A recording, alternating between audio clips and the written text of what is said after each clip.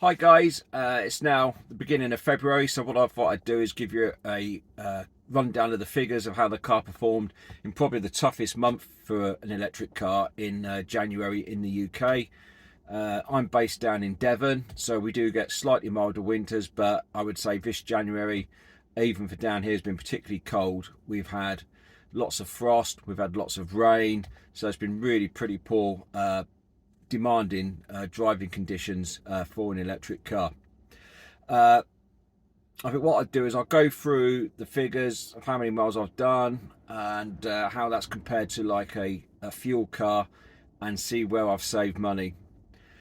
So without further ado, I've done in the vehicle 1,899 miles. And burnt 466 kilowatt hours of electricity. So working that out, the car over that period of time has averaged 4 miles per kilowatt mile, which I don't think is too bad for this time of year.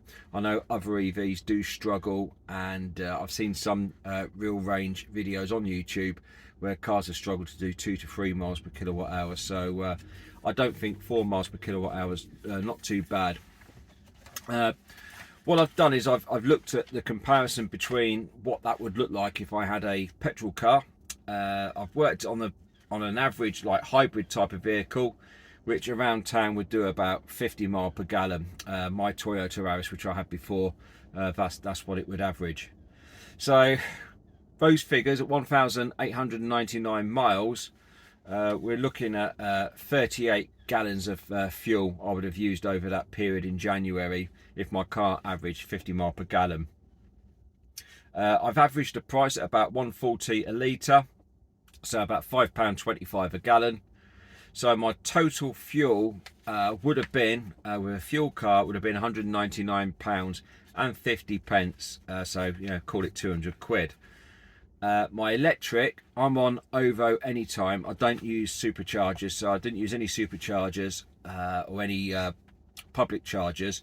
It was completely charge at home with OVO, and I've got the Anytime rate, which does all the smart charging, and that cost me 7 pence a kilowatt hour.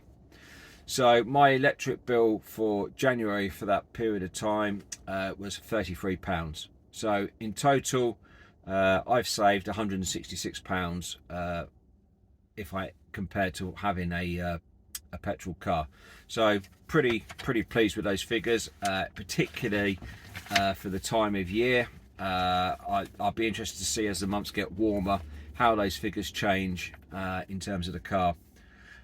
With how the car performed in January, yeah, very happy with it. I keep the temperature constantly at 18-19 degrees. Always got my heated seat on. I haven't got a heated steering wheel. I've not enabled that feature on this vehicle. But yeah, I won't sit cold. I don't drive slow. You know, I stick to the speed limits. So if I do go on a motorway, it's always generally put the cruise control on 70 miles an hour. I don't try and think about the range too much at all, or trying to be efficient with the vehicle. So yeah, overall in January it's been good.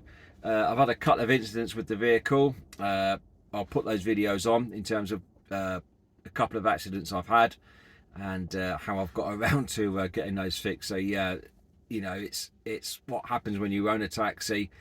You do get a lot of incidents, and yeah, you're always at a risk of some kind of accident or someone hitting you, or you know, similar. So yeah, overall January's been a good month. It's been busy in terms of work, and yeah, very happy with the car's performance. So let's see what happens in February.